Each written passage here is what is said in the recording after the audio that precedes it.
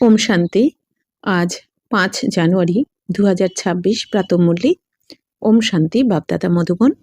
आज मिष्टी मिष्टी बाबा बोलছেন, मीठे बच्चे, बाप की श्रीमत से तुम मनुष्य से देवता बनते हो। गीता का ज्ञान और राजयोग तुम्हें संपूर्ण पावन बना देता है। तो बाबा बोलছেন যে মিষ্টি বাচ্চারা, বাবার এই শ্রীমতের দ্বারাই তোমরা মানুষ থেকে দেবী দেবতা হচ্ছ এখন। তো এই গীতা জ্ঞানী আর রাজযোগ, এই গীতার জ্ঞান আর রাজযোগ তোমাদের সম্পূর্ণ পবিত্র বানিয়ে দেয় এই সময়। তো গীতার জ্ঞান কে দিচ্ছেন? শিব বাবা। গীতার জ্ঞানদাতা কে? স্বয়ং পরম পিতা পরমাত্মা শিব। আর রাজযোগ অর্থাৎ এই যে বাবা যে আমাদের গীতা জ্ঞানের দ্বারা আমাদের কর্মেন্দ্রিয়ের উপর বিজয় প্রাপ্ত করতে শেখাচ্ছেন, তো এই রাজযোগের জ্ঞানই আমাদের এখন পবিত্র বানিয়ে দিচ্ছেন।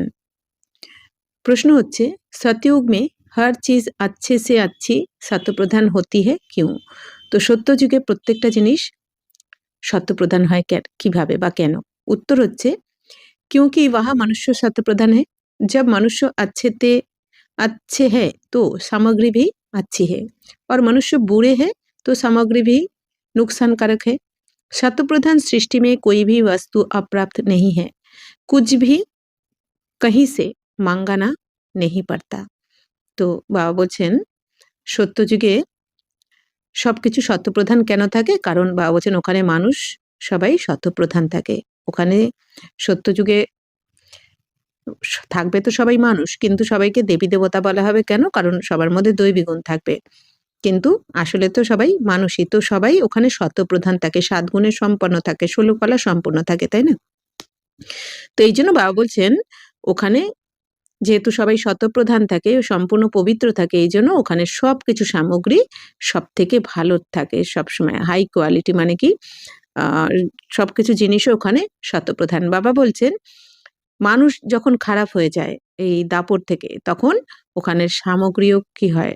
ক্ষতিকারক হয়ে যায়, অর্থাৎ তমপ্রধান হয়ে যায়। মানুষ যখন তমপ্রধান হতে থাকে, খারাপ হতে থাকে, তখন সবকিছু জিনিস, ব্যক্তি, বস্তু, পদার্থ সবকিছুই আস্তে আস্তে খারাপ। তো বাবা বলছেন সত্যপ্রধান সৃষ্টিতে কোনো বস্তু অপ্রাপ্ত থাকে না, অর্থাৎ স্বর্গে বাবা বলছেন তোমাদের এই জন্য গায়ন রয়েছে না, অপ্রাপ্ত নেহি কই বস্তু দেবতাওকে খাজানো মে। মানে কি, দেবী দেবতাদের খাজানাতে অপ্রাপ্ত কিচ্ছু থাকে না ওখানে। ওখানে বাবা কি বলছেন যে তোমাদের কোনো ইচ্ছা থাকবে না, কিন্তু প্রকৃতি তোমাদের দাসী হবে। ওখানে সবকিছু সুবিধা সাধন সবকিছু তোমাদের সেবা করার জন্য যেন তোমাদের আশেপাশে রেডি থাকবে। তো বাবা কি বলছেন যে ওখানে কিচ্ছু তোমাদের অন্য কোথাও থেকে, অন্য কোনো দেশ বা শহর কোথাও থেকে তোমাদের কিনতে হয় না, সবকিছু ওখানে রেডিই থাকে তোমাদের সবকিছু। ওম শান্তি। তো বাবা ইস শরীর দ্বারা সমঝাতে হে। তো বাবা শিব বাবা এই ব্রহ্মা বাবার শরীরের দ্বারাই তো আমাদের বোঝাচ্ছেন, ইনকো জীব কাহা যাতা, ইনমে আত্মা ভি হ্যায়, और तुम बच्चे जानते हो परम पिता परमात्मा भी इनमें है। তো ব্রহ্মা বাবার শরীরকে কি বলা হয়? জীব। আর আত্মা মানে আত্মা, তো জীব আত্মা। তো বাবা বলছেন যে এই শরীরটা হচ্ছে কি জীব, আর এনার মধ্যে আত্মাও রয়েছে। আর তোমরা এটাও জানো ব্রহ্মা বাবার আত্মার পাশে পরমপিতা পরমাত্মাও বসে আমাদেরকে পড়াচ্ছেন। তো ইয়ে তো পেহলে পেহলে পাক্কা হোনা চাইয়ে, ইসলিয়ে ইনকো দাদা ভি कहते। তো বাবা বলছেন এই ব্যাপারটাই আগে তোমাদের পাক্কা করতে হবে, এই জন্য এনাকে দাদাও বলা হয়, তাই না? তো যেহেতু শিব বাবা প্রথমে এসে ব্রহ্মা বাবাকে ফার্স্ট অ্যাডাপ্ট করেন, ব্রহ্মা বাবার আত্মাকে, এই জন্য সেই হিসেবে আমাদের আবার দাদা হয়ে যায় ব্রহ্মা বাবা। তো ইয়ে তো বাচ্চো কো নিশ্চয় হে। তো এটা তো তোমাদের এখন বাচ্চাদের নিশ্চয় রয়েছে। ইস নিশ্চয় মেহি রমন করনা হয়। তো এই নিশ্চয়তেই তোমাদের থাকতে হবে যে বাপ আর দাদা একসাথে কম্বাইন্ড থাকেন, অর্থাৎ ব্রহ্মা বাবা আর শিব বাবা। तो बरोबर बाबा ने जिसमें 15 मणि की है वह अवतार लिया है, उनके लिए बाप खुद कहते मैं इनके बहुत जन्म के अंत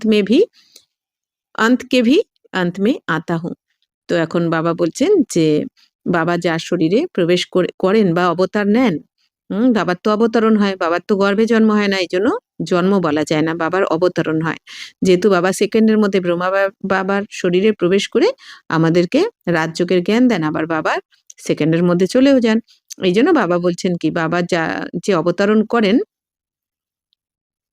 তো বাবা নিজেই বলছেন যে আমি এনার অনেক জন্মের অন্তিমেরও অন্তিমে আসি। অর্থাৎ অনেক জন্মের মানে কি, ব্রহ্মা বাবার অনেক জন্মের অন্তিম জন্ম মানে কি 84 জন্মের এটা লাস্ট জন্ম, ব্রহ্মা বাবার 84তম জন্ম। তাও আবার কি ব্রহ্মা বাবার অন্তিম সময় মানে যখন ওনার বৃদ্ধাবস্থা 60 বছর বয়স তখন এসেছেন, যখন বানপ্রস্থে যাওয়ার সময় তখন এসেছেন, ওনার শরীরে প্রবেশ করে জ্ঞান শোনাচ্ছেন। তাই বাবা বলছেন অন্তিমেরও অন্তিম সময়। तो बच्चों को समझाया गया है ये है सर्वशास्त्र शिरोमणि गीता का ज्ञान শ্রীমত অর্থাৎ শ্রেষ্ঠ মত। তো বাবা বলছেন বাচ্চাদের তো এটা বোঝানো হয়েছে যে সর্বশাস্ত্র শিরোমণি গীতার জ্ঞান, এই যে শিব বাবা আমাদের রোজ শোনাচ্ছেন এটা। তো শ্রীমত মানে কি শ্রেষ্ঠ মত। তো শ্রেষ্ঠতে শ্রেষ্ঠ মত হ্যাঁ উঁচতে উঁচ ভগবান কি, তো শ্রেষ্ঠর থেকেও শ্রেষ্ঠ মত কে দেন আমাদের, উঁচুর থেকে উঁচু ভগবান শিব বাবা। जिसकी শ্রীমত সে তুম মানুষের সে দেবতা বানতে হো, তো যার শ্রীমতের দ্বারা তোমরা মানুষ থেকে এখন দেবী দেবতা হচ্ছ। तुम भ्रष्ट मनुष्य से देव श्रेष्ठ देवता बनते हो, तुम आते ही इसलिए हो। তো বাবা বলছেন তোমরা ভ্রষ্ট ছিলে, ভ্রষ্টাচারী ছিলে, এখন শ্রেষ্ঠ ভ্রষ্ট মানুষ থেকে শ্রেষ্ঠ দেবী দেবতা হচ্ছ। তো এই জন্যই তোমরা এখানে বাবার কাছে এসেছো বা পড়াশোনা করছো। তো बाप भी खुद कहते हैं मैं आता हूँ तुमको श्रेष्ठाचारी निर्विकारी मत वाले देवी देवता बनाने, मनुष्य से देवता बनने का अर्थ भी समझाना है, समझना है। তো বাবা এখন বলছেন যে বাবা নিজেই কি বলেন যে আমি আসি তোমাদের শ্রেষ্ঠাচারী বানাতে, তোমাদেরকে ভ্রষ্টাচারী থেকে শ্রেষ্ঠাচারী বানাতে, বিকারী থেকে নির্বিকারী বানাতে আসি। তো তার জন্য তোমাদের এসে আমি নির্বিকারী মত দিই দেবী দেবতা হওয়ার জন্য। তো মানুষ থেকে দেবী দেবতা তোমরা এখন হচ্ছ, এর অর্থ তোমাদের এখন বুঝতে হবে। বিকারী মানুষ সে নির্বিকারী দেবী দেবতা বানানে আতে হে, তো বাবা বিকারী মানুষ থেকে আমাদের নির্বিকারী দেবতা বানাতে এসেছেন এখন। सतयुग में मनुष्य रहते हैं परंतु दैवी गुणों वाले, अभी कलयुग में है आसुरी गुणों वाले, है सारी मनुष्य सृष्टि परंतु वह है ईश्वरीय बुद्धि, ये है आसुरी बुद्धि। তো বাবা বলছেন সত্য যুগে মানুষরা সবাই দৈবী গুণ, সবার মধ্যে দৈবী গুণ থাকে এই জন্য তাদের দেবী দেবতা বলা হয়। আর কলিযুগে সবার মধ্যে আসুরি গুণ থাকে মানে 5 বিকার থাকে, এই জন্য সবাইকে সাধারণ মানুষ বলা হবে। তো সবাই আসুরি বুদ্ধির থাকে, স্বর্গে ঈশ্বরীয় বুদ্ধির থাকে সবাই, আর এইখানে নরকে বা কলিযুগে আসুরি বুদ্ধি।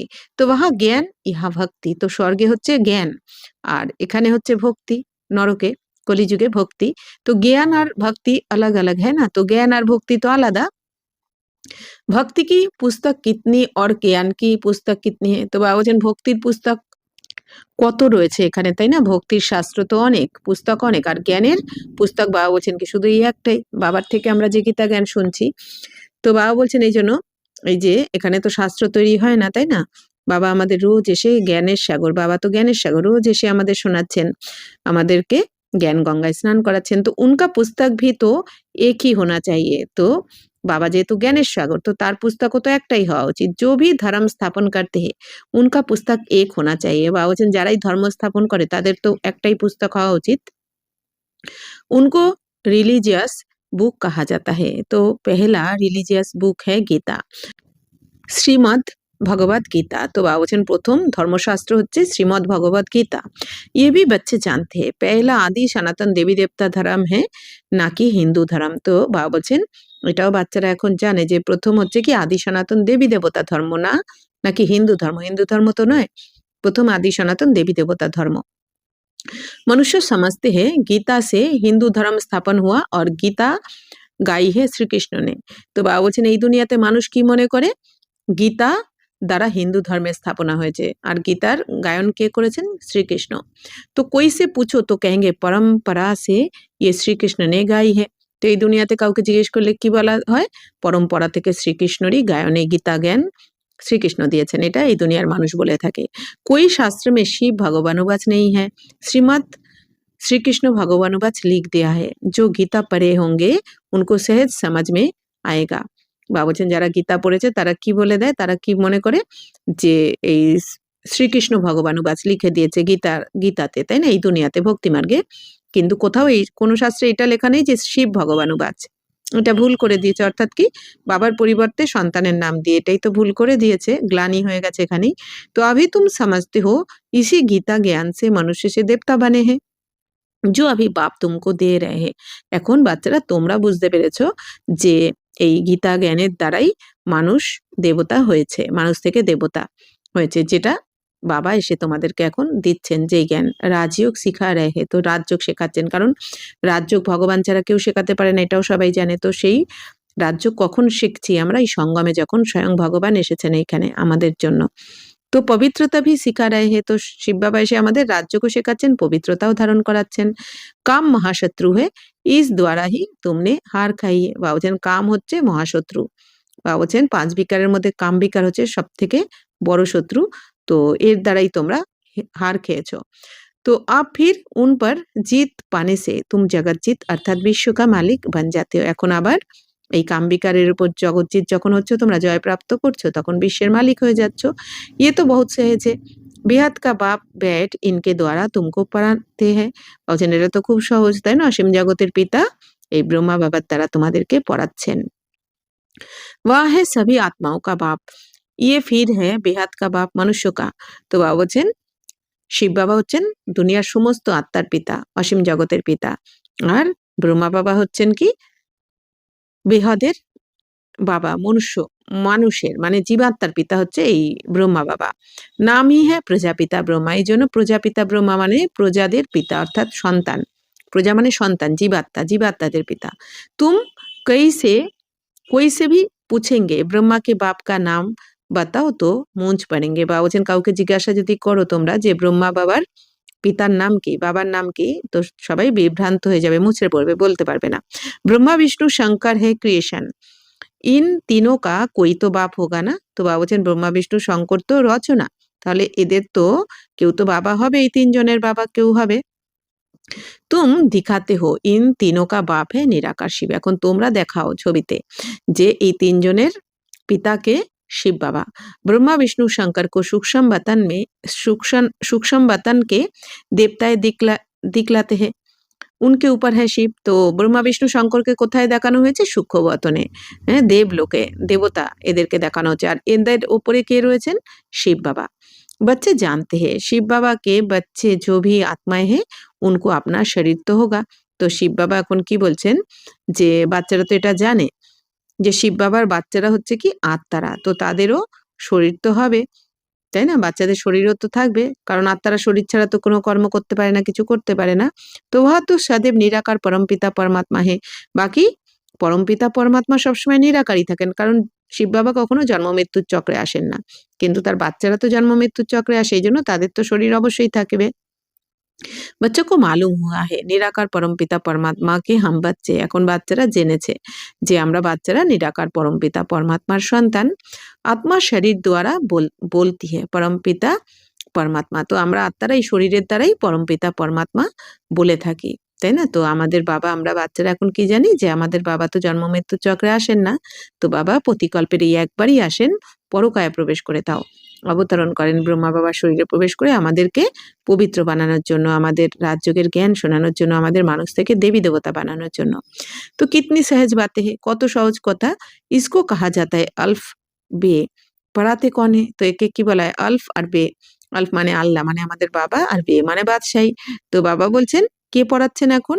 গীতা কা জ্ঞান কিসনে শোনায়া, তো গীতার জ্ঞান কে শুনিয়েছেন? নিরাকার বাপ ने, অর্থাৎ নিরাকার শিব বাবা।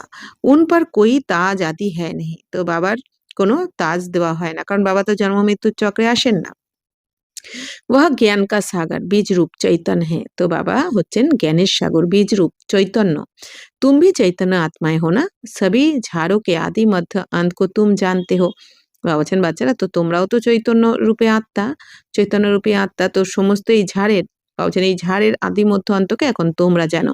তো বাবা হচ্ছেন কি বীজ রূপ, অর্থাৎ যেমন এই এই পার্থিব দুনিয়াতে যে কোনো বীজের মধ্যে, জড় বীজের মধ্যে, আমের বীজ বা যে কোনো বীজের মধ্যে কিন্তু ওই গাছটার সম্পূর্ণ তথ্য থাকে, তাই না? কিন্তু ওই বীজ জড়, এই জন্য বলতে পারে না। আমের বীজ মনে করলাম আমরা আমের বীজ, তো আমের বীজের মধ্যে কিন্তু ওই আম গাছের সমস্ত তথ্য থাকে, যে কি গাছ হবে, এটা কিরকম ফলন হবে, ওইটার শিকড়, ওইটার কিভাবে কাণ্ড বেরোবে বা পাতা, সবকিছুর কিন্তু তথ্য থাকে, কিন্তু ওই বীজ যেহেতু জড় বলতে পারে না। কিন্তু শিব বাবা হচ্ছেন কি চৈতন্য বীজ রূপ, এই জন্য শিব বাবা যখন ব্রহ্মা বাবার শরীরে প্রবেশ করেন তখন এই ঝাড়ের সম্বন্ধে সমস্ত জ্ঞান আমাদের দিতে পারেন, অর্থাৎ এই কল্পবৃক্ষের ঝাড়ের কথা, আদি মধ্য অন্তের জ্ঞানের রহস্য সবকিছু বাবা আমাদের জানিয়েছেন, যেহেতু বাবা চৈতন্য বীজ রূপ। ভল মালি নেহি তো পরন্তু समझ समझ सकते हो कैसे बीज डालते हैं, उनसे झाड़ निकलते हैं। তো বাবা বলছেন মালি যেমন বুঝতে পারে, জানতে পারে যে বীজ থেকে কিভাবে ঝাড় বেরোয়, তো সেরকমই বাবা বলছেন ওহা তো হ্যাঁ জড় ঝাড়, ইয়ে হ্যাঁ চৈতন্য। তো এই দুনিয়ার ওইটা তো জড়ও উম, ঝাড়, কিন্তু এটা হচ্ছে চৈতন্য ঝাড়, অর্থাৎ मनुष्य सृष्टि रूपी आत्माদের ছাড়। তো তোমারই আত্মা মে জ্ঞান হে और कोई की आत्मा में ज्ञान होता नहीं। বা বলছেন তোমরা তোমরা আত্মাদের মধ্যে তো জ্ঞান রয়েছে, বাকি বা বলছেন অন্য আত্মাদের মধ্যে তো জ্ঞান থাকে না। বাপ চৈতন্য মনুষ্য সৃষ্টি কা বীজ রূপ হে। তো বাবা হচ্ছেন চৈতন্য মনুষ্য সৃষ্টির বীজ রূপ, শিব বাবা। আর ব্রহ্মা বাবা হচ্ছেন মনুষ্য সৃষ্টির রচয়িতা, আর শিব বাবা হচ্ছেন বীজ রূপ। তো ঝাড় ভি মনুষ্য কা হোগা, তাহলে ঝাড়ও মানুষেরই হবে, যেহেতু মনুষ্য সৃষ্টির বীজ রূপ শিব বাবা, তো ঝাড়টাও তো মানুষেরই হবে। ইয়ে হ্যাঁ চৈতন্য ক্রিয়েশন, আর এটা হচ্ছে চৈতন্য ক্রিয়েশন। তো বীজ আর ক্রিয়েশন মে ফার্ক তো হ্যায় না। তো বাবা বলছেন বীজ আর রচনার মধ্যে তো তফাৎ তো রয়েছে। তো आम का बीज डालने से आम निकलता है, फिर झाड़ कितना बड़ा होता है, वैसे मनुष्य के बीज से मनुष्य कितने ফার্টাইল হতে হে। তো বাবা বলছেন যেমন আমের বীজ লাগালে কি হয়, আম আম আমই হবে সেই গাছে, তেমনি তো ঝাড় কত বড় হয়ে যায় আস্তে আস্তে, ঠিক সেরকমই এটা মনুষ্য সৃষ্টির বীজ রূপ শিব বাবা। তো বাবা এসে যখন আমাদের এই যে এখন স্থাপনা করছেন, মনুষ্য সৃষ্টির স্থাপনা করছেন, তো বাবা বলছেন কি তাহলে কত মানুষ এই ঝাড়েতে থাকবে, তাই না, মনুষ্য আত্মারা আসবে। তো যার বীজ মে কোই জ্ঞান নেই, হ্যাঁ বাবা বলছেন জড় বীজের মধ্যে কোনো জ্ঞান নেই বলে সেই বীজ কথা বলতে পারে না, কিন্তু ইয়ে তো চৈতন্য বীজ রূপ হে, কিন্তু শিব বাবা তো চৈতন্য বীজ রূপ। এই জন্য বাবা এসে আমাদের এই কল্পবৃক্ষের সম্বন্ধে, মনুষ্য সৃষ্টির সম্বন্ধে বলতে পারেন যে সত্যযুগ থেকে কলিযুগ অবধি কিভাবে কিভাবে মনুষ্য আত্মারা এসে এই 5000 বছরে পার্ট প্লে করে, এই সমস্ত রহস্য বাবা এসে বলতে পারেন যেহেতু চৈতন্য। तो उनमें सारे सृष्टि रूपी झाड़ का ज्ञान है कि कैसे उत्पत्ति पालना फिर विनाश होता है। তো বাবার মধ্যে সম্পূর্ণ সৃষ্টিরূপী ঝাড়ের জ্ঞান রয়েছে যে কিভাবে এর উৎপত্তি হয়, পালনা হয়, আবার বিনাশও হয়। তো ये बहुत बड़ा झाड़ खलास हो फिर दूसरा नया झाड़ कैसे खड़ा होता है।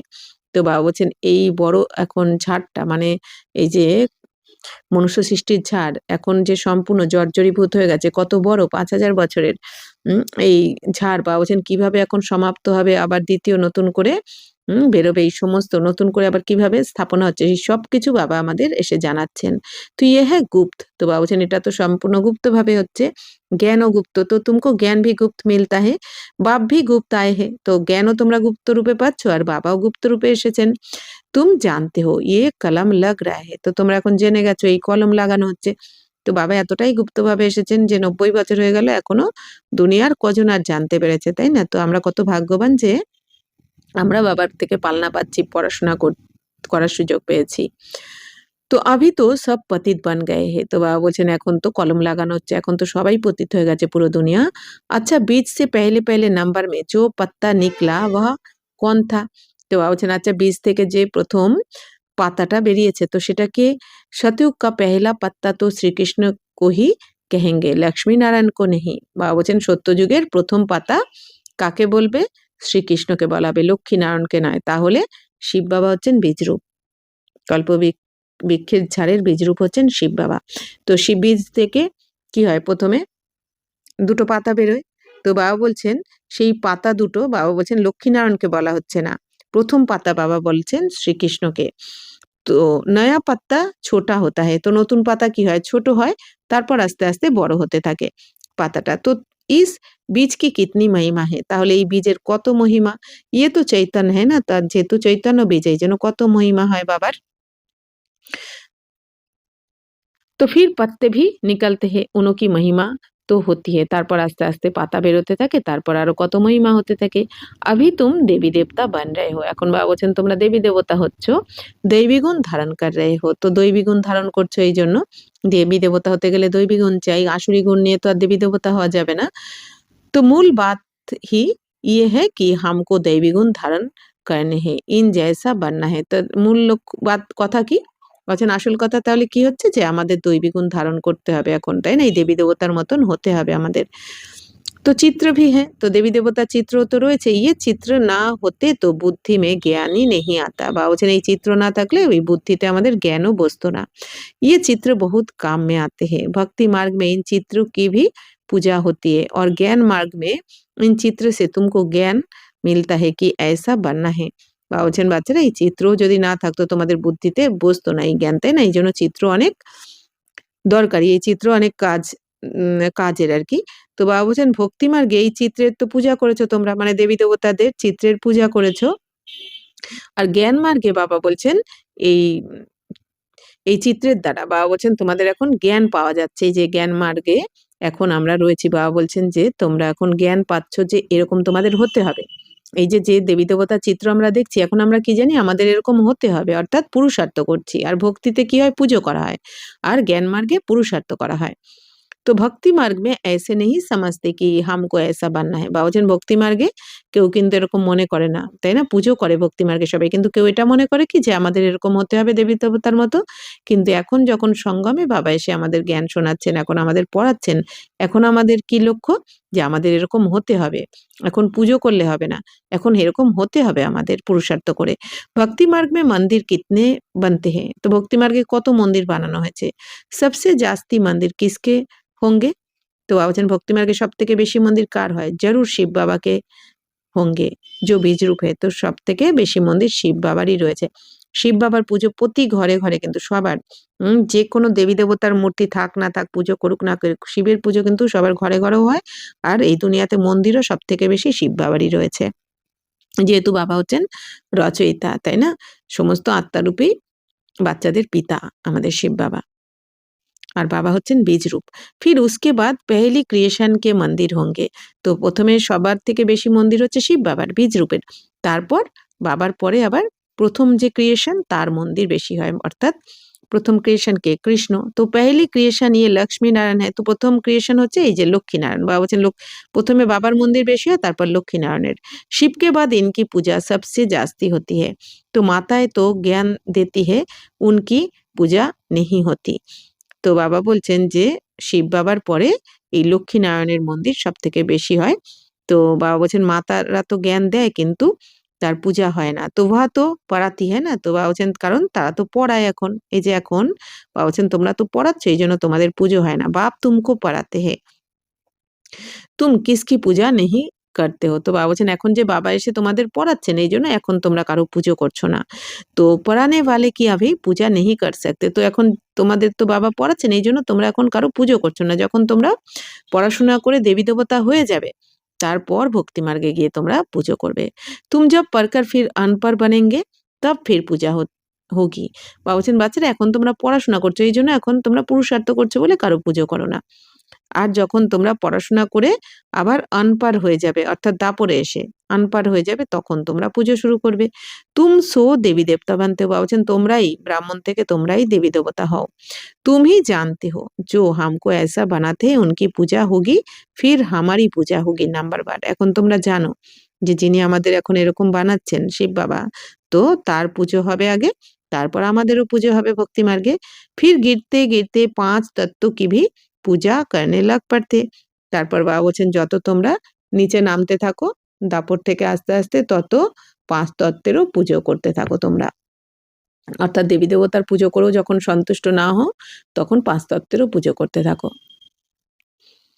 तो 5 तत्व की पूजा करो या शरीर की करो एक हो जाती। বাবা বলছেন 5 তত্ত্বের পুজো করো বা শরীরের পুজো করো। যেহেতু 5 তত্ত্বের দ্বারাই শরীর তৈরি, তো একই ব্যাপার হয়ে যায়। ইয়ে তো জ্ঞান বুদ্ধি में है। বাবা বলছেন এখন তো এই জ্ঞান রয়েছে তোমাদের বুদ্ধিতে। ইয়ে লক্ষ্মী নারায়ণ সারে বিশ্বকে মালিক থে। তো বাবা বলছেন এই লক্ষ্মী নারায়ণ সমগ্র বিশ্বের মালিক। তো বাবা বলছেন इन देवी देवताओं का राज्य नई सृष्टि पर था, परंतु वह कब था ये नहीं जानते। লাখো বর্ষ গয়ে দেতে। বা বলছেন এই দেবী দেবতাদের রাজত্ব নতুন সৃষ্টিতে তো ছিল, মানে স্বর্গে সত্য যুগে, কিন্তু এই দুনিয়া জানে না যে কবে ছিল। এই তারা লাখ লাখ বছর বলে দেয়। কলিযুগের আয়ু লাখ লাখ বছর, হ্যাঁ সত্য ত্রেতা সব आयु लाख लाख बच्चों बोले दे। अब लाखों वर्ष की बात तो कभी किसकी बुद्धि में रह ना सके। अभी तुमको स्मृति है हम आज से 5000 वर्ष पहले आदि सनातन देवी देवता धर्म के थे। বাবা বলছেন বাচ্চারা এই দুনিয়া বলে দিয়েছে লাখ লাখ বছরের কথা, কিন্তু লাখ লাখ বছরের কথা মানুষের বুদ্ধিতে কি করে থাকতে পারে। বাবা বলছেন যে এখন তোমরা জেনেছো যে 5,000 বছরের কথা, 5,000 বছর আগে আদি সনাতন দেবী দেবতা ধর্ম ছিল, আমরা সেই ধর্মের ছিলাম, আদি সনাতন দেবী দেবতা ধর্মের। তো বাবা বলছেন 5,000 বছরের কথাই ভুলে গেছো, তাহলে লাখ লাখ বছর হলে কি বুদ্ধিতে কারো থাকতোই না। তো দেवी देवता धर्म वाले फिर और धर्म में কনভার্ট हुए हैं। বলছেন এই দেবী দেবতা ধর্মের যারা তারাই অন্যান্য ধর্মে আস্তে আস্তে দাপট থেকে কনভার্ট হয়ে গেছে। হিন্দু ধর্ম কহে নেই सकते। বলছেন হিন্দু ধর্ম বলা ঠিক নয়, কারণ হিন্দু ধর্ম বলে কোনো ধর্ম হয় না। বা বলছেন সব ধর্মের যেমন স্থাপক রয়েছে, হিন্দু ধর্মের কোনো স্থাপক নেই। কেন? বা বলছেন এই দেবী দেবতারাই তো দাপট থেকে এসে নিজেদের হিন্দু বলে দিয়েছে। परंतु पतित होने कारण आपने को देवी देवता कहना शोभता ही नहीं। তো যেহেতু দাপট থেকে এই দেবী দেবতারা বিকারে বাম মার্গে চলে এসেছে, এই জন্য নিজেদের দেবী দেবতা তো বলতে পারে না, এই জন্য শোভনীয় হয় না সেটা, যেহেতু দৈবী গুণ কারোর মধ্যে থাকে না, বিকারে চলে আসে, এই জন্য নিজেদের হিন্দু বলে দিয়েছে দাপট থেকে। অপবিত্র কো দেবী দেবতা কে না সকে। বা বলছেন যারা অপবিত্র হয়ে যায় তাদের তো আর দেবী দেবতা বলা হয় না। মনুষ্য পবিত্র দেবীও কি পূজা करते करते हैं तो जरूर खुद अपवित्र है, इसलिए पवित्र के आगे माथा झुकाना पड़ता है। বাবা বলছেন দেখো মানুষ এই দুনিয়াতে পবিত্র দেবী দেবতার পুজো করে, তাদের সামনে মাথা নত করে। কেন? নিজেরা অপবিত্র হয়ে গেছে, তাই না? এই জন্য বাবা কি বলেন স্বর্গে কিন্তু দেবী দেবতারা কারো পুজো করবে না, কারণ ওখানে তো সবাই পবিত্র, ওখানে তো কেউ অপবিত্র থাকেই না, এই জন্য কাউকে মাথা নত করতে হয় না। দাপট থেকে যেহেতু সবাই অপবিত্র হয়ে যায় মানুষ, এই জন্য পবিত্র দেবী দেবতার চিত্রের কাছে মাথা নত করে। তো বাবা বলছেন ভারত মে খাস কন্যা কো নমন করতে। তো ভারতে বাবা বলছেন বিশেষ করে এই যে কন্যাদের নমস্কার করা হয়, কারণ কন্যারা তো পবিত্র থাকে। কুমারী কো নমন নেহি করতে, কুমারও কো নমন নেহি করতে। বাবা বলছেন কুমারদের নমস্কার করে না, কুমারীদের করে। তো ফিমেল কো নমন করতে হে, মেল কো নমন কিউ নেহি করতে। বাবা বলছেন তাহলে পুরুষদের কেন, মেলদের কেন নমন করে না, নমস্কার করে না, কুমারীদের কেন করে? क्योंकि इस समय ज्ञान भी पहले माताओं को मिलता है। কারণ এই যে এই সময় সঙ্গমে বাবা জ্ঞানের কলস মাতাদের উপর রেখেছেন, এই জন্য বাবা বলছেন ভক্তি মার্গে কুমারীদেরকেই নমস্কার করা হয়, কুমারদের নয়। बाप इनमें प्रवेश करते हैं, ये भी समझते हो बरोबर, ये ज्ञान की बड़ी नदी है, ज्ञान नदी भी है फिर मनुष्य भी है।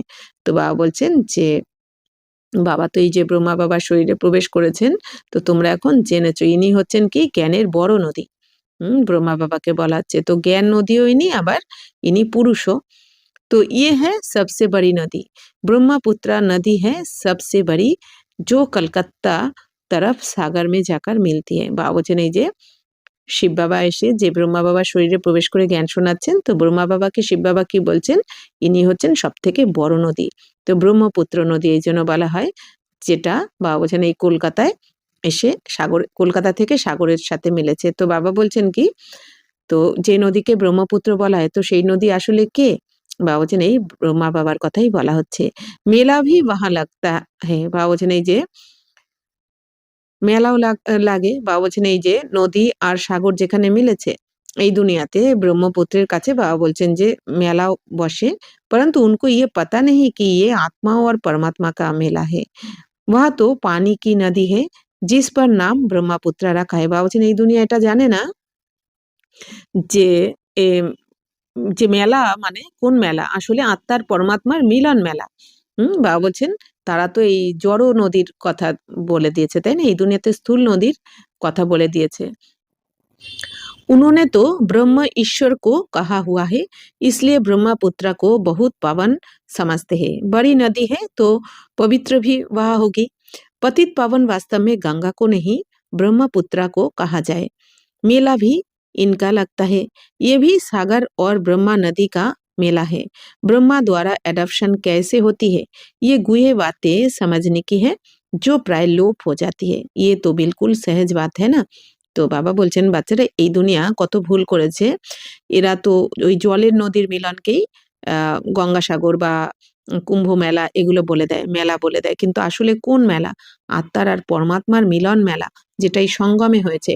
এবার পতিত পাবনও এই দুনিয়া কি মনে করে, গঙ্গাকেই পতিত পাবন বলে। বাবা বলছেন গঙ্গাতেও স্নান করে কি কেউ পবিত্র হয়? স্নান করেও তো সেই যে কে সেই একই থেকে যায়।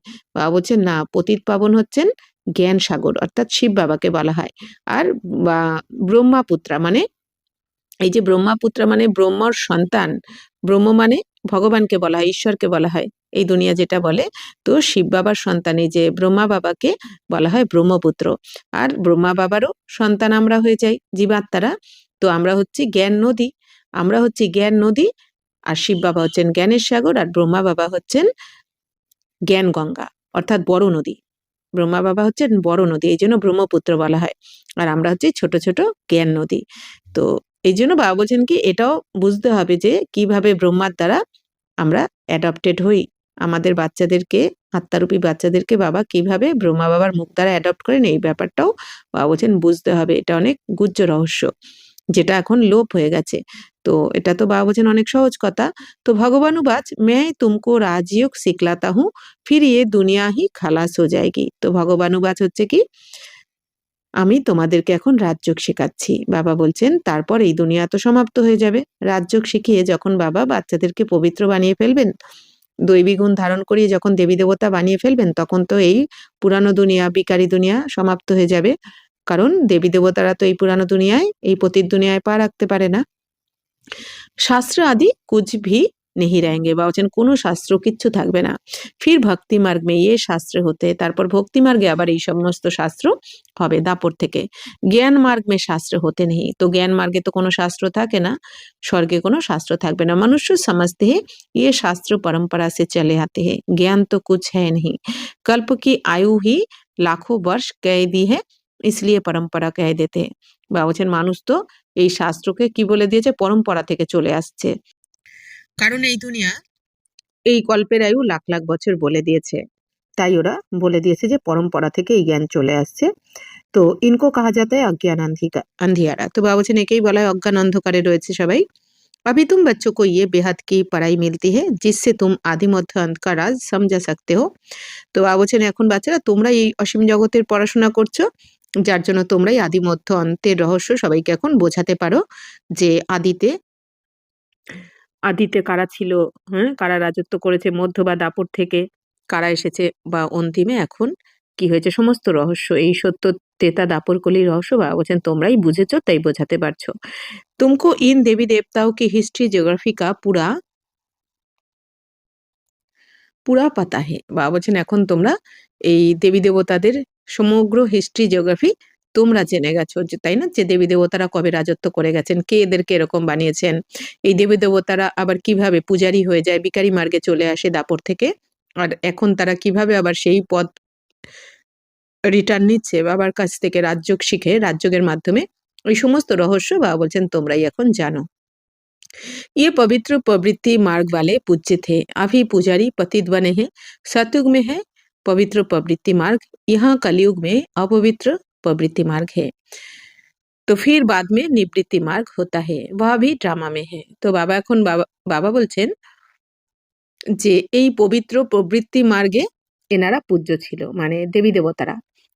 স্বর্গে পবিত্র প্রবৃত্তি মার্গ থাকে, অর্থাৎ ঘর গৃহস্থতে থেকেও সবাই পবিত্র থাকে। এখন এরা পূজারী হয়ে গেছে, পতিত হয়ে গেছে দাপর থেকে, মানে দেবী দেবতারা। তো সত্যযুগে বাবা বলছেন পবিত্র প্রবৃত্তি মার্গ থাকে, আর কলিযুগে হয় অপবিত্র প্রবৃত্তি মার্গ, মানে ঘর গৃহস্থতে সবাই অপবিত্র হয়ে যায় এই দাপর কলিতে। তারপরে আবার বাবা বলছেন নিবৃত্তি মার্গ হয় দাপর থেকে, অর্থাৎ সন্ন্যাসীদের হচ্ছে নিবৃত্তি মার্গ। ওরা ঘর গৃহস্থ ছেড়ে পবিত্র থাকার জন্য বাইরে জঙ্গলে বা গুহাতে চলে যায়। তো বাবা বলছেন এই সবকিছুই ড্রামাতে রয়েছে। उसको सन्यास धर्म कहा जाता है, तो घर बार का सन्यास कर जंगल में चले जाते। তো এই যে যারা নিবৃত্তি মার্গে তাদের সন্ন্যাস ধর্ম বলা হয়, কারণ তারা জঙ্গলে চলে যায় ঘরবার ছেড়ে। তো ওয়া है हद का सन्यास, रहते तो इसी पुरानी दुनिया में ही है ना। বলছেন সেটা হচ্ছে হদের সন্ন্যাস আর কি। এই সন্ন্যাসীদের বলা হয় সীমিত জগতের সন্ন্যাস, কারণ তারা ঘর বাড়ি ছেড়ে সন্ন্যাস তো করে কিন্তু জঙ্গলে থাকে, তারা থাকে তো এই দুনিয়াতেই। কিন্তু বাবা বলছেন আর তোমরা ঘর গৃহস্থতে থেকেও অসীম জগতের সন্ন্যাস, অর্থাৎ তোমরা এখন মন বুদ্ধির দ্বারা এই দেহ আর দেহের দুনিয়াকে ভুলে যাচ্ছ, এই জন্য অসীম জগতের সন্ন্যাস তোমাদের। তো अभी तुम समझते हो हम संगम युग पर है फिर नई दुनिया में जाएंगे। এখন তোমরা বুঝতে পারছো যে আমরা এখন সঙ্গমে রয়েছি, এরপরে আমরা নতুন দুনিয়াতে চলে যাব। तुमको तिथि तारीख সেকেন্ড সহিত সব মালুম है। বাবা বলছেন বাচ্চারা তোমরা তিথি তারিখ সম্পূর্ণ 5000 বছরের রহস্যকে জানো যে দেবী দেবতারা কবে থেকে রাজত্ব করে। হুম, বিক্রমী সম্বত কবে থেকে হয়, বিক্রম সম্বত সবকিছু বাবা বলছেন তোমরা এখন জানো। এই দাপর থেকে কবে থেকে অন্যান্য ধর্ম স্থাপকরা এসে কে কবে এসে ধর্ম স্থাপন করে সমস্ত রহস্য বাবা বলছেন তোমরা এখন জানো। वह लोग तो कल्प की आयु ही लाखों वर्ष कह देते हैं, इनका पूरा हिसाब निकाल सकते हैं। বাবা বলছেন যে এই দুনিয়া তো কল্পের আয়ু লাখ লাখ বছর বলে দিয়েছে তাই না, কিন্তু তোমরা এখন সমগ্র এই কল্পের সম্পূর্ণ হিসাব আসলে তোমরা জানো। লাখো বর্ষ কি তো বাত কই ইয়াদ ভি না কর সকে। বাবা বলছেন লাখ লাখ বছর হলে তো কারো স্মরণেই আসতো না, কখনোই মনে পড়তো না। अभी तुम समझते हो बाप क्या है, कैसे आते हैं, क्या कर्तव्य करते हैं। तुम सबके ऑक्यूपेशन को, जन्म पत्री को जानते हो, बाकी झाड़ के पत्ते तो ढेर होते हैं। বাবা এখন বলছেন যে বাচ্চারা তোমরা এখন জানো যে বাবা কে, কি কি করেন, বাবা কিভাবে আসেন, বাবার কর্তব্য কি করেন এখানে এসে, সবার অকুপেশন, বাবার অকুপেশন, দেবী দেবতাদের অকুপেশনকে তোমরা জন্মপত্রিকে সবাইকে জানো, জেনে গেছো ধর্মাত্মাদের। তো বাবা এখন এই দুনিয়া তো চিনতেই পারে না, ভগবানকে স্মরণ করছে কিন্তু বাবার নাম রূপ দেশকাল কিছুই জানে না যে বাবার নাম কি, সেই যিনি স্বয়ং ভগবান। বাবাকে দেখতে কিরকম, জ্যোতির্বিন্দু স্বরূপ, পয়েন্ট অফ লাইট। আর বাবা কোথায় থাকেন? পরম ধামে, নির্বাণ ধামে বাবা থাকেন। বাবা এখানে কবে আসেন? সঙ্গম যুগে আসেন, তাই না? কলিযুগের যখন শেষ আর সত্যযুগের শুরু হওয়ার সময় আসে, তো এই মাঝখানের সময়টা হচ্ছে সঙ্গম যুগ, বাবা আসেন। আর বাবার কর্তব্য কি? বাবা এসে এই সৃষ্টির প্রথমে ব্রহ্মা বিষ্ণু শঙ্করকে রচনা করেন, তারপর ব্রহ্মার দ্বারা স্থাপনা, বিষ্ণুর দ্বারা পালনা, শঙ্করের দ্বারা পুরানো, দুনিয়ার বিনাশ করেই থাকেন। তো বাবা বলছেন এই সমস্ত রহস্য এখন তোমরা জানো বাবার অকুপেশনকে। আবার দেবী দেবতাদেরও তোমরা অকুপেশনকে জানো, যে লক্ষ্মী নারায়ণ, ব্রহ্মা বিষ্ণু শঙ্কর, তো সবার অকুপেশনকে বাবা বলছেন তোমরা এখন জানো। তো বাকি ঝাড়কে পাত্তে, তো বাকি বাবা বলছেন এই ঝাড়ের পাতা তো অনেক রয়েছে, অর্থাৎ আত্মারা। এই ঝাড়েতে সমগ্র আত্মারা কে কখন আসে পরমধাম থেকে, এই সব কিছুই রহস্য তোমরা জানো। वह गिनती थोड़ी ही कर सकते। বাবা বলছেন এবার গোনা তো যাবে না কত পাতা রয়েছে, কত আত্মারা রয়েছে। इस बेहद सृष्टि रूपी झाड़ के कितने पत्ते हैं? 5000 वर्ष में इतने करोड़ है, तो लाखों वर्ष में कितने अनगिनत मनुष्य हो जाए। भक्ति मार्ग में दिखाते हैं, लिखा हुआ है सतयुग इतने वर्ष का है, त्रेता इतने वर्ष का है, द्वापर इतने वर्ष का है। तो बाप बैठ तुम बच्चों को ये सब राज समझाते हैं। বাবা বলছেন যে অসীম জগতের এই সৃষ্টিরূপী ঝাড়, ঝাড়ে কত পাতা রয়েছে, মানে কত আত্মা রয়েছে, এটা কি কেউ বলতে পারে? বাবা বলছেন 5000 বছরে এত কোটি, হ্যাঁ, তো লাখো বছরে বাবা বলছেন তাহলে তো অগণিত মানুষ হয়ে যাবে না? 5000 বছরেই এখন 900 কোটির থেকেও বেশি হবে। বাবা বলছেন তাহলে লাখ লাখ বছরে কত হয়ে যেত? এখনই এই 5000 বছরেই দুনিয়াতে পা ফেলার জায়গা নেই। হ্যাঁ? যার জন্য এত বড়, বড় বিল্ডিং তৈরি হচ্ছে। তাহলে লাখ লাখ বছর হলে কত হতো? বাবা বলছেন এই দুনিয়া তো, তাই বাবা বলছেন ঘোর অন্ধকারে রয়েছে, জানে না। তো ভক্তি মার্গে ওরা দেখিয়ে দেয় যে সত্যযুগের আয়ু এত লাখ বছর, ত্রেতার আয়ু লাখ লাখ বছর, ওরা বলে দেয় যে কলিযুগের আয়ু 4,32,000, দাপরের আয়ু আর আয়ু হচ্ছে এই কলিযুগের ডবল, মানে 8,64,000, আবার ত্রেতার আয়ু 8,64,000 ডবল। ওইভাবে আ বলে দিয়েছে লাখ লাখ বছর। ওই তো শাস্ত্রে আরকি। তো আম কা বীজ দেখনে সে আম কা ঝাড় সামনে আয়েগা না? তো এখন বাবা বলছেন, বাবা তোমাদের বসিয়ে সমস্ত রহস্য বুঝিয়েছেন। তো আমের বীজ যদি সামনে রাখা হয়, বাবা বলছেন আমের ঝাড়ের সমস্ত রহস্য সামনে এসে যাবে। মানে বাবা বলছেন আমের বীজ দেখলে কি হয়? আম গাছটাকে সম্পূর্ণ মনে পড়ে যায়। अभी मनुष्य सृष्टि का बीज रूप तुम्हारे सामने है। তাহলে মনুষ্য সৃষ্টির বীজ রূপ শিব বাবা তো তোমাদের সামনে রয়েছে। তো তুমকো बैठ झाड़ का राज समझाते हैं क्योंकि चैतन्य है। তো তোমাদেরকে এই মনুষ্য সৃষ্টির ঝাড়ের রহস্য বাবা এসে তোমাদের বোঝাচ্ছেন, কারণ বাবা তো চৈতন্য বীজ রূপ। তো বাতাতে হে হামারা ইয়ে উল্টা ঝাড় है। তো এখন বাবা কি বলছেন? এটা আমাদের উল্টো ঝাড়। तुम समझा सकते हो जो भी इस दुनिया में है जड़ বা চৈতন্য হুবহু রিপিট करेंगे। তো বাবা বলছেন যে এই যে আত্মাদের উল্টো ঝাড় কোথায় রয়েছে? পরমধামে। আর এই দুনিয়াতে ওই মনুষ্য সৃষ্টির ঝাড়। তো তোমরা এখন সমগ্র রহস্যকে বোঝাতে পারো। তো বাবা বলছেন এটাও তোমরা এখন বলো যে এই জড় বা চৈতন্য সমগ্র দুনিয়া কি হয় 5000 বছর পর পর হুবহু রিপিট হতে থাকে। अभी कितना बुद्धि को पाते रहते हैं सत्य अभी कितना বৃদ্ধি को पाते रहते বা বলছেন এখন কত বৃদ্ধি পেতে থাকে। सतयुग में इतना हो नहीं सकता তো সত্যযুগে তো এত থাকবে না। সত্যযুগে প্রথম জন্মে 9 লাখ তারপর শেষ অবধি 2 কোটি আত্মারা থাকবে সত্যযুগকে ভোগ করবে। তো বাবা বলছেন আর এখন আস্তে, আস্তে কত বৃদ্ধি পাচ্ছে, আত্মারা কত নামছে উপর থেকে পরমধাম থেকে। कहते हैं फलानी चीज़ অস্ট্রেলিয়া সে, জাপান সে আই। তো এই দুনিয়া বলে দেয় না কোনো, কোনো জিনিস অস্ট্রেলিয়া থেকে এসেছে, কোনোটা জাপান থেকে এসেছে। সতयुग में অস্ট্রেলিয়া, জাপান আদি থোড়েই থে বা বলছেন সত্যযুগে তো অস্ট্রেলিয়া, জাপান কিছুই থাকবে না। সব তো জলের তলায়। তো ড্রামা অনুসার वहाँ की चीज़ यहाँ आती है। বাবা বলছেন ড্রামা অনুযায়ী এই অস্ট্রেলিয়া বা জাপানের সবকিছু এইখানে আসে এখন। বাকি সত্যযুগে কিছু থাকবে না। যেতে মানে থাকবে না। কোথাও থেকে কিছু আনতে হয় না, কিনতে হয় না। पहले अमेरिका से गेहूँ आदि आते थे। सतयुग में कहाँ से आएँगे थोड़े ही? वहाँ तो है ही एक धर्म, सब चीज़ें भरपूर रहती है। বাবা বলছেন আগে কি বলা হতো আমেরিকা থেকে এই যে এই গম বা আটা আনা হতো। বাবা বলছেন সত্যযুগে কোথা থেকে আসবে? সত্যযুগে তো এক ধর্ম বাবা বলছেন এক রাজ্য, এক ভাষা, এক মত থাকে। ওখানে সবকিছু ভরপুর থাকে সত্যযুগে। বাবা বলছেন यहाँ धर्म वृद्धि को पाते रहते तो उनके साथ सब चीज़ें कम होती जाती है। বাবা বলছেন সত্যযুগে যেহেতু একটা ধর্ম থাকবে, এইজন্য ওখানে সবকিছু ভরপুর থাকে। আর এখন দাপর থেকে আস্তে, আস্তে যেহেতু অনেক ধর্মের বৃদ্ধি পেতে থাকে, তো তার সাথে, সাথে অন্যান্য জিনিসের প্রয়োজনীয় জিনিসের কমই হয়ে যায়। কম হয়ে যায় এইজন্য অন্যান্য দেশ থেকে কিনতে হয়।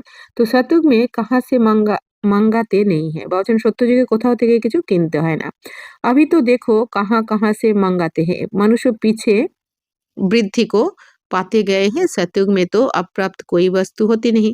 তো এই দুনিয়াতে যেহেতু কম রয়েছে মানে মানুষের তুলনায় জিনিস কম। এইজন্য বাবা বলছেন অন্যান্য দেশ থেকে কিনতে হয়। কিন্তু সত্যযুগে অপ্রাপ্ত কোনো বস্তু থাকবে না তোমাদের। ওখানে সবকিছুতে ভরপুর। वहाँ की हर चीज़ शतप्रधान बहुत अच्छी होती है। मनुष्य ही शतप्रधान है।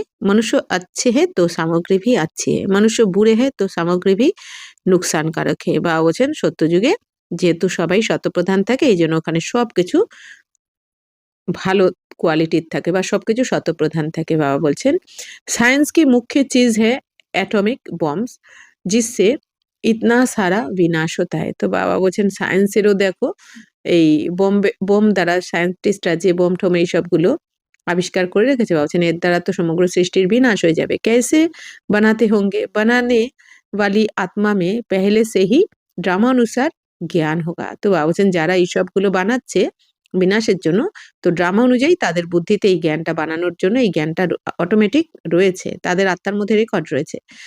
जब समय आता है तब उनमें वह ज्ञान आता है जिसमें सेंस होगी वही काम करेंगे और दूसरे को सिखाएंगे। তো বাবা বলছেন যখন এই ড্রামাতে সময় হয় তখন সেই জ্ঞান তাদের সামনে ইমার্জ হয়ে যায়। তো বাবা বলছেন তো যার মধ্যে এই সেন্স হবে বুদ্ধি থাকবে তো সে নিজেও করবে অন্যদেরকেও শেখাবে। কল্প কল্প जो पार्ट बजाया है वही बजता रहता है। বাবা বলছেন এটাও একটা খুব সুন্দর আমাদের পয়েন্ট। প্রতি কল্পে যে পার্ট প্লে করতে থাকে প্রত্যেক আত্মা যার যে পার্ট বাবা বলছেন সেটাই কিন্তু আবার হুবহু পরের কল্পেও একই পার্ট প্লে করবে। তার মানে আগের কল্পে যে সায়েন্টিস্টরা এগুলো এই অ্যাটমিক বোম বা মিসাইল এগুলো বানিয়েছেন তো বাবা বলছেন এই কল্পেও সেটাই তারাই করছে। আবার পরের কল্পে হুবহু এরকমই হবে। তো এইজন্য বাবা বলেন কি কোনো প্রশ্ন করার দরকার নেই। কি, কেন, কিভাবে, কেন?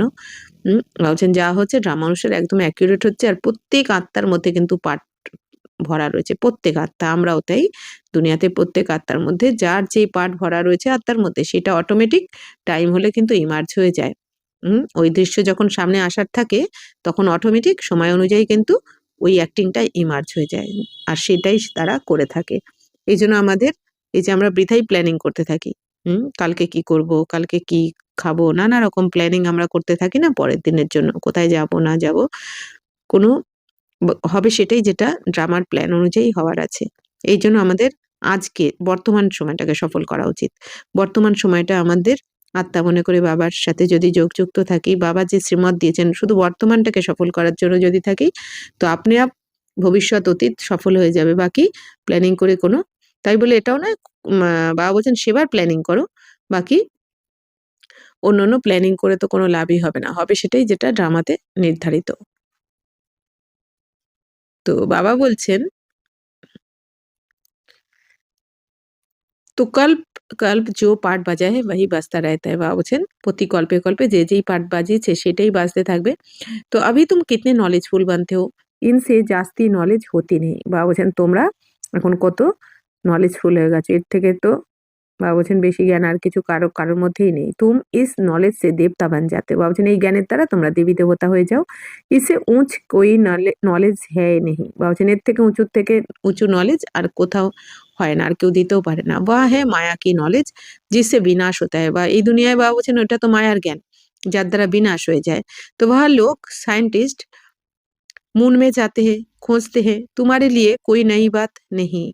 ये सब माया का पांप है। बहुत शो करते हैं, अति डीपनेस में जाते हैं, बहुत बुद्धि को लड़ाते हैं, कु- कुछ कमाल कर दिखावे, बहुत कमाल करने से फिर नुकसान हो जाता है। क्या क्या बनाते रहते हैं, बनाने वाले जानते हैं इनसे ये বিনাশ হোগা। তো বাবা বলছেন যে ওই দুনিয়াতে সায়েন্টিস্টরা দেখো চাঁদেও চলে যাচ্ছে, কত কিছু খোঁজ করতে থাকে। তো বাবা বলছেন তোমাদের জন্য তো এগুলো এখন নতুন কিছুই নয়। তো বাবা বলছেন যে এই দুনিয়া যেন মায়ার পাম্প, হ্যাঁ মানে মায়ার অহংকারে রয়েছে সবাই, তাই না? শো করতে থাকে সবকিছু, কত ডিপ বাবা বলছেন কত গভীরে চলে যাচ্ছে। সমুদ্রের গভীরে চলে যাচ্ছে, সমুদ্রে কত কিছু আবিষ্কার করে আনছে। বাবা বলছেন আকাশের উচ্চতাকে মাপার চেষ্টা করছে, কত কিছু করছে এই দুনিয়া। কিন্তু বাবা বলছেন ওরা চেষ্টা করছে কিছু কামাল করে দেখাবে, কিন্তু শেষমেশ সেই ক্ষতি হয়ে যাচ্ছে, অর্থাৎ কি বিনাশ তো হয়েই যাবে। এত কিছু আবিষ্কার করার পরেও বাবা বলছেন কি সেই তো বিনাশ হতেই হবে, তাই না? তো আর যারা এগুলো বানাতে থাকে, বম সায়েন্টিস্টরা যে বম মিসাইল ইত্যাদি এগুলো বানিয়েছে বা বানাতে থাকে, বাবা বলছেন এর দ্বারা যে বিনাশ হবে এটা কিন্তু ওরাও জানে। अच्छा, मीठे मीठे सिकिलदे बच्चों प्रति मात पिता बाप दादा का याद प्यार और गुड मॉर्निंग। रूहानी बाप की रूहानी बच्चों को नमस्ते। हम रूहानी बच्चों की रूहानी बाप दादा को पदम गुना नमस्ते नमस्ते नमस्ते। थैंक यू बाबा, शुक्रिया। धारणा के लिए मुख्य सार, गुप्त ज्ञान का सिमरन कर हर्षित रहना है। देवताओं के चित्र को सामने देखते उन्हें नमन बंदन करने के बजाय उन जैसा बनने के लिए दैवी गुण धारण करने हैं। বাবা বলছেন এই গুপ্ত জ্ঞানকে বাবা বলছেন তোমাদের সিমরান করে, হ্যাঁ মনন চিন্তন করে খুশি থাকতে হবে। দেবতাদের চিত্রের সামনে বাবা বলছেন যে তাদের বন্দনা না করে, পুজো না করে, पुरुषार्थ করে তাদের মতন হতে হবে, दैवी गुण धारण করতে হবে। सृष्टि के बीजरूप बाप और उनकी चैतन्य क्रिएशन को समझ नॉलेजफुल बनना है। इस नॉलेज से पढ़कर और कोई नॉलेज नहीं हो सकती, इसी नशे में रहना है। বাবা বলছেন সৃষ্টির বীজরূপ বাবা আর তার চৈতন্য এই রচনাকে জেনে বাবা বলছেন তোমাদের এখন নলেজফুল হতে হবে। এই জ্ঞানের দ্বারা বাবা বলছেন যে এই জ্ঞানের থেকে আর কোনো জ্ঞান বাবা বলছেন আর বড় নেই। মানে বাবা যে জ্ঞান শোনাচ্ছেন এর থেকে উঁচু জ্ঞান আর কোথাও হতে পারে না, এই নেশাতে থাকতে হবে। वरदान, एक बाप दूसरा ना कोई, इस पाठ की स्मृति से एक रस स्थिति बनाने वाली श्रेष्ठ आत्मा भव। एक बाप दूसरा ना कोई, ये पाठ निरंतर याद हो तो स्थिति एक रस बन जाएगी, क्योंकि नॉलेज तो सब मिल गई है अनेक पॉइंट्स से, लेकिन पॉइंट्स होते हुए पॉइंट्स रूप में रहे, ये है उस समय की कमाल जिस समय कोई नीचे खींच रहा हो। कभी बात नीचे खींचेगी, कभी कोई व्यक्ति, कोई कभी कोई चीज, कभी वायुमंडल, ये तो होगा ही, लेकिन सेकंड में ये सब विस्तार समाप्त हो एक स्थिति रहे, तब कहेंगे श्रेष्ठ आत्मा भव के बरदानी। অর্থাৎ বাবা বলছেন এক বাবা দ্বিতীয় কেউ নয়, এই পাঠকে নিরন্তর স্মরণে রাখতে হবে, তাহলেই তোমাদের স্থিতি একরস হয়ে যাবে। বাবা বলছেন কারণ নলেজ তো তোমরা সবকিছু পেয়ে গেছো, বাবা বলছেন তোমরা অনেক পয়েন্টসও পেয়েছো। তো এখন বাবা বলছেন অনেক ধরনের সমস্যা আসবে, কখনো কোনো ব্যক্তি, বস্তু, পদার্থ বা বায়ুমণ্ডল, হ্যাঁ তোমাদের নিচে আকর্ষণ করার চেষ্টা করবে, মায়ের দুনিয়াতে আকর্ষণ করার চেষ্টা করবে। বাবা বলে দিচ্ছেন এগুলো কিন্তু হবে। তো কিন্তু বাবা বলছেন সেকেন্ডে সবকিছুর থেকে বাবা বলছেন বিস্তারকে সমাপ্ত করে একরস স্থিতিতে থাকতে হবে তোমাদের। বিস্তারকে সংকীর্ণ করার শক্তিকে শক্তিতে পরিবর্তন করতে হবে বাবা বলছেন, তবেই তোমাকে বলা হবে যে তুমি শ্রেষ্ঠ আত্মা বা বরদানী মূর্ত আত্মা। स्लोगन, नॉलेज की शक्ति धारण कर लो तो विघ्न বার करने के बजाय हार खा लेंगे। বাবা বলছেন যে জ্ঞান বাবার থেকে পাচ্ছ, তোমরা পেয়েছো, তো এই জ্ঞানের শক্তিকে বাবা বলছেন তোমরা ধারণ করে নাও। বাবা বলছেন এই জ্ঞান যেন আমাদের এক একটা শক্তি হয়ে যায়। তাহলে বাবা বলছেন এই বিঘ্ন, যে কোনো বিঘ্ন বা সমস্যা যদি আসে, তো এগুলো তোমাদের কিছু করতে পারবে না, তোমাদের উপর প্রভাব ফেলতে পারবে না বাবা বলছেন। তো বিঘ্ন তোমাদের উপর প্রভাব ফেলার আগে বাবা বলছেন হার খেয়ে যাবে। আচ্ছা, ওম শান্তি।